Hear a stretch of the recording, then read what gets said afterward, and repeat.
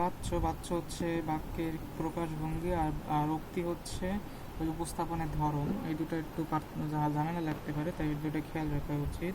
এরপরে আছে আমাদের এই বাচ্য তো 3 প্রকার, ওই যে ক্রিয়ার প্রকাশভঙ্গি আর ভিন্নতা অনুযায়ী 3 প্রকার।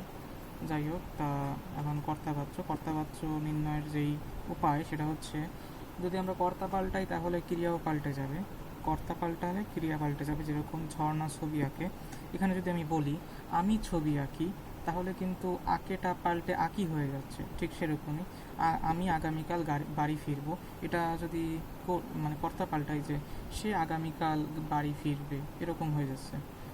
তারপরে ফ্যানটা জোরে ঘুরছে, এখানে যদি বলি আমি জোরে ঘুরছি, এভাবে কিন্তু করলে আমাদের ওই কর্তাবাচ্য নির্ণয় করতে পারছি। এরপরে যদি ধরি কর্মবাচ্যটা পরে শিখি একটু। ভাববাচ্য হচ্ছে যাওয়া আসা থাকলেই সেটা হচ্ছে ক্রিয়া বিশেষ্য, এটা বইয়ের সাথে মিলাই দেখেন। তারপরে এখন আমি যেটা বলবো সেটা হচ্ছে ভাববাচ্য তারপরে কর্তাবাচ্য শিখে গেলাম। এই দুটা বাচ্য বাদে বাকি যা যা আছে সব হচ্ছে কর্মবাচ্য। ঠিক আছে, যাওয়া আসা বাজানো বাদে সেগুলো কর্মবাচ্য, আর কর্তাবাচ্য বাদে বাকি সেগুলো কর্মবাচ্য। এইটুকুই। এরপরে আমরা প্রশ্ন সলভিং করে দেখবো না।